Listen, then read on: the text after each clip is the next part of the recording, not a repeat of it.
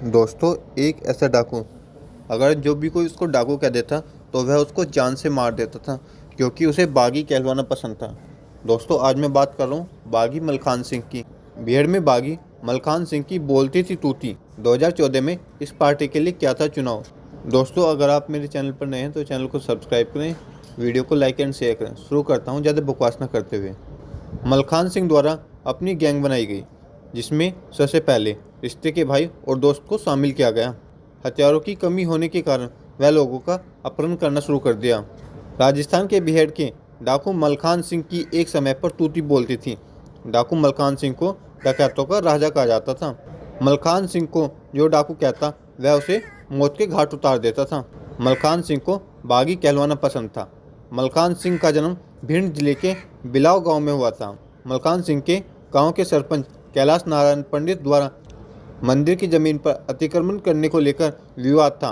मंदिर की जमीन के विवाद पर ही मलखान सिंह को चंबल का डकैत बनना पड़ा। दोस्तों कहते हैं गांव में कैलाश नारायण का दबदबा था और गांव की 75% जमीन पर कैलाश नारायण के परिवार का कब्जा था और इसमें ज़्यादातर जमीन गरीबों की छीनी हुई थी। और दोस्तों, कैलाश नारायण की पहुंच सरकार में मंत्रियों तक थी, इसलिए वह गांव में मनमानी करता, उसे किसी का डर नहीं था। यहाँ तक कि दोस्तों, पुलिस भी उसी की बजाती थी। जो भी उसके खिलाफ आवाज़ उठाता तो उसका बुरा हाल होता था, उसकी पिटाई की जाती थी। यह बात गांव के 17 वर्षीय मलखान को बहुत बुरी लगती थी और वह इसका पुरजोर विरोध भी करता था। मलखान द्वारा कैलाश पंडित के खिलाफ आवाज़ उठाना और लोगों को जागरूक करने के कारण पंडित कैलाश नारायण मलखान का दुश्मन बनता गया और उसने एक दिन पुलिस वालों को कहकर मलखान को जेल के अंदर बंद करवा दिया और अब पुलिस द्वारा मलखान की जमकर पिटाई की गई। लेकिन कुछ दिन बाद मलखान जमानत पर छूटकर बाहर आ गया। जमानत पर बाहर आने के बाद मलखान सिंह ने कैलाश पंडित द्वारा जो मंदिर की जमीन पर अतिक्रमण कर रखा था उसका मुद्दा उठा दिया और कैलाश पंडित का पुरजोर विरोध किया। मलखान ने मंदिर की जमीन को अतिक्रमण से मुक्त कराने के लिए अभियान सा चला दिया, जिससे कैलाश पंडित परेशान हो गया। और कैलाश पंडित पैसे वाला था और उसके परिवार का सदस्य सरकार में मंत्री था, इसलिए पुलिस वाले कैलाश पंडित की बात मानती थी। कैलाश पंडित से किसी गरीब की हत्या हो गई थी, जिसका इल्ज़ाम मलखान पर लगाया गया और अब पुलिस मलखान को परेशान करने लगी। यहीं से मलखान ने बिहार जाने का रास्ता चुना। दोस्तों, मलखान सिंह द्वारा अपनी गैंग बनाई गई, जिसमें सबसे पहले रिश्ते के भाई और दोस्त को शामिल किया। लेकिन मलखान के पास हथियारों की कमी होने के कारण उसने लोगों का अपहरण करना शुरू कर दिया। अपहरण द्वारा जो भी पैसा आता उससे वह हथियार खरीदता और कुछ पैसा धार्मिक मान्यताओं के अनुसार मंदिर की मरम्मत में दान कर दिया करता था।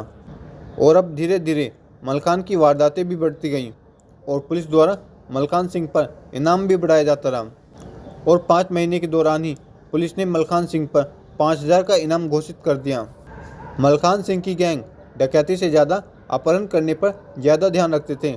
मलखान की गैंग ने दर्जनों लूट अपहरण की घटनाओं को अंजाम दिया और इनसे पैसे इकट्ठे करके गैंग के लिए नए नए हथियार खरीद लिए।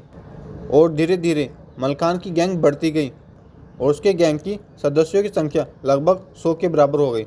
मलखान की गैंग 3 राज्यों उत्तर प्रदेश, मध्य प्रदेश और राजस्थान में सक्रिय हो गई और अब एक से बढ़कर एक वारदात को अंजाम देने लगे।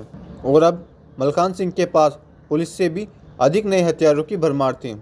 मलखान सिंह ने अपने गैंग के लिए नियम कायदे बनाए थे जो अन्य डाकुओं से अलग थे। मलखान सिंह की गैंग के सदस्यों के लिए सबसे बड़ा नियम था कि कोई भी किसी महिला पर गंदी नज़र नहीं डालेगा। मलखान सिंह ने क्षेत्र में फरमान जारी किया कि कोई भी रेप करेगा तो उसे चौराहे पर खड़ा करके गोली मार दी जाएगी और रेप के कई मामलों में मलखान ने ऐसा ही किया। इसके बाद चंबल के आसपास के इलाकों में रेप होने बंद हो गए थे।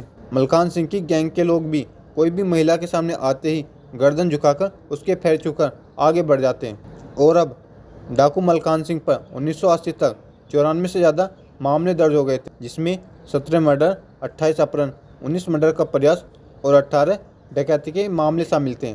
डाकू मलखान सिंह ने 15 जून 1982 को मुख्यमंत्री के सामने सरेंडर कर दिया।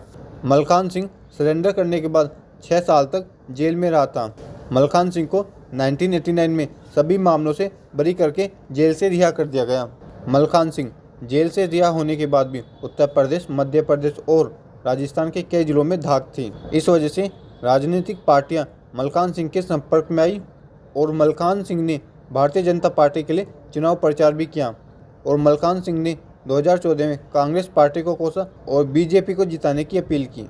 दोस्तों, ये थी कहानी डाकू मलखान सिंह की। अगर आपको ये वीडियो पसंद आया तो वीडियो को लाइक करें, चैनल को सब्सक्राइब करें। मिलता हूँ आपको जल्दी अगली वीडियो में, तब तक के लिए thank you for watching this video दोस्तों।